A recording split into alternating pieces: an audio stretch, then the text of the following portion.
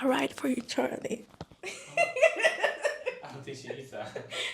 But honestly, I was speechless when I woke up to you. Sugar, spice, and everything nice may be the ingredients to create the perfect crime-fighting girls, but let them cook for a couple years, give or take, allow their artistry to bloom, and you'll get the triadic power of today's highly in-demand singers, Chappell, Sabrina Carpenter, and Charli XCX, or as the internet dubs them, the Powerpuff Girls of pop music. Hi, I'm Bella from Crash Culture, and today I got a wand and a rabbit to talk about all the nonsense on our favorite pop girlies. The Powerpuff Girls of pop have been repopulating our timeline since the three of them headlined Primavera Sound in Barcelona early last June. It's so monumental that they have a actual statue of the actual Powerpuff Girls at the entrance of the festival to commemorate Chappell, Sabrina, and Charli headlining the weekend. It's such a refreshing scene to have three women bring back a feminine energy of pop to the music festival's indie rock roots. And it feels like a cherry on top to the whirlwind of a career they had throughout 2024. The internet has been categorizing Chappell, Sabrina, and Charli as the Powerpuff Girls of pop since their meteoric rise to fame over the past year. It's obvious their major breakthrough albums make up the iconic pink, blue, green color palette, with the rise and fall of Midwest Princess, Short and Sweet, and Brat, respectively. Though their individual rise to fame are not codependent on one another, we cannot ignore how their coexistence boosted their successes. The timing's also perfect. 2024 saw a major absence in the pop girls department, with veterans like Beyonce migrating to country, Cowboy Carter, Lady Gaga doing whatever she's doing with Harlequin. Should Lady Gaga retire from acting? We do love mayhem. And Ariana Grande focusing on Wicked and acting. I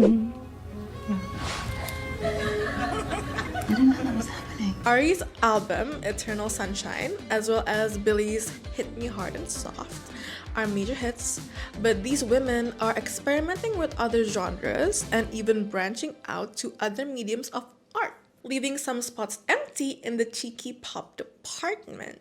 Enter Good Luck Babe, Chappell's super sapphic hit single from 2024. It broke the internet, went viral on TikTok, and had a domino effect on her Midwest Princess album that was released almost a year prior. Songs like Hot to Go, songs like HOTTOGO. Can I say it? Pink Pony Club and Femininomenon were being playlisted and charting the Hot 100. Around the same time, Sabrina Carpenter, who has been making rounds on social media with her cheeky nonsense outros. BBC said I should keep it PG. BBC, I wish I had it in me. There's a double meaning if you dig deep. Turned a surprise drop before her Coachella weekend performance to a now global smash hit. Espresso was the de facto song of the summer, with its successor, Please Please Please, which debuted at #1 on the Hot 100 last summer and secured Sabrina her first ever chart topper. That same summer, the bright and limerick yellowish green tone took the world by storm. Brat Summer was the talk of the town, spawning the renaissance of rave and club girls, gays, and days, while giving us tidbits like the Apple Dance and the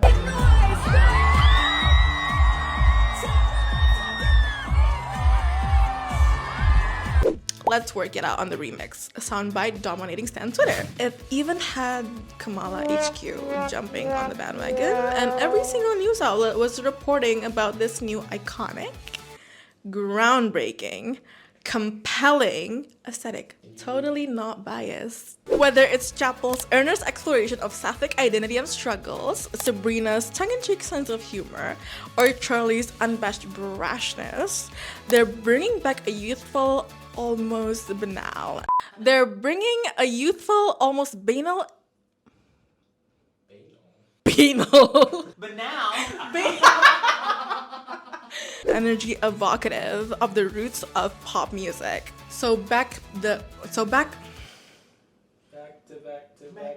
to you. I see a lot of small bedroom artists post TikTok videos promoting their songs, but these artists aren't backed by a team that takes care of what goes on in the background. They get lost in a media environment that's already oversaturated with so many big names. That makes sense when this statement is placed in the context of Chappell, Sabrina, and Charli. They've been in the industry for nearly a decade long, and they're not completely strangers to the public eye. Chappell is an underground artist who's popular with the indie crowd before her breakthrough. Sabrina has been working in the Hollywood scene since she was a young teenager. And Charli has released multiple EPs and albums and mainstream hits like Fancy, I Love It, Unlock It, and Boom Clap. The Fault in Our Stars? Hello?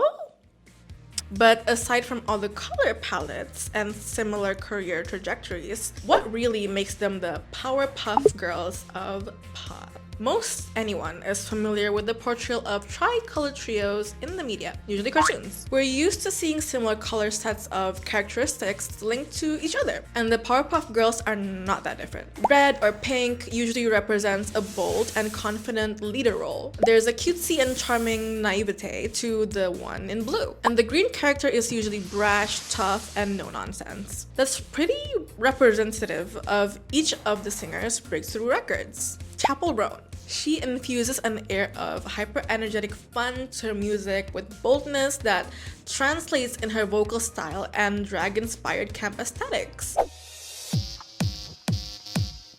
Hi, I'm Chappell. Do any of you queers have something sexy I can slip into?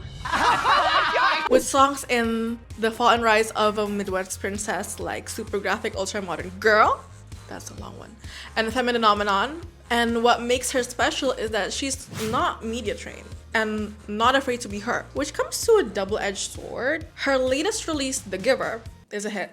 Yet the headlines are focusing on her calling out paparazzi's rude behavior. She said that when it's not about my art anymore, it's like they hate me because I'm Kaylee, not because they hate the songs I make. That's when it changed.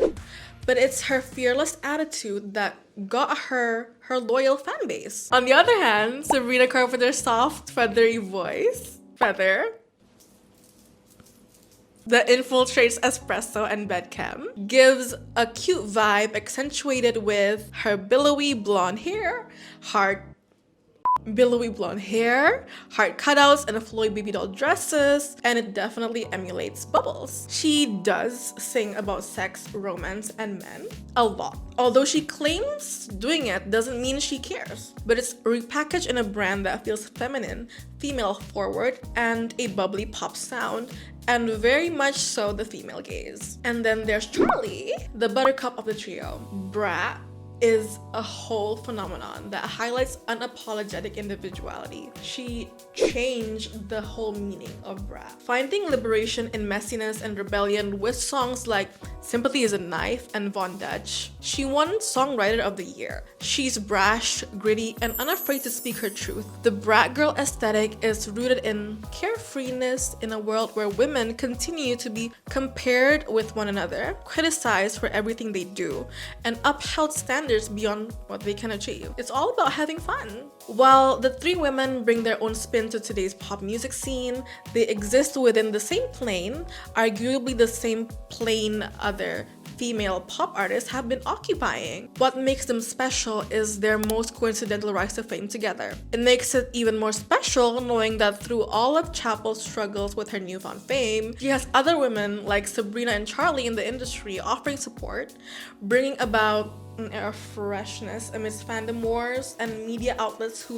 love pitting women in the industry against each other. And their subject matter is clear: a female forward approach, out, loud, and proud. Chappell decenters men from her ultra-feminine, ultra-queer, and ultra-sapphic narratives, quite literally. And if Brat Girl Summer isn't enough indication, Charli's candidly vulnerable lyrics emulate, reiterate, and redefine girlhood and womanhood as a whole, covering topics from the industry's penchant for female rivalry to generational trauma and motherhood. Sabrina may be receiving negative criticism for the cover of her upcoming album, Man's Best Friend, but knowing her discography, whether it's airing her dad's wrongdoings on emails I can send, hitting ignored on obsessed boys on Feather, or literally calling them stupid, slow, and useless in the lead single Man-Child, there's more to Man's Best Friend than what the internet is saying. She sings about men, but it's obviously satirical if you actually listen to the lyrics. I swear they choose me, I'm not choosing them. Hello. So today's question for the culture is, who's your personal favorite pop girl? Join the conversation in the comments below. Bye. I feel like E-News. An anonymous renowned pop songwriter revealed to the LA Times how this simultaneous three-way rise to fame is the aftermath of a 4-year-long COVID-induced absence of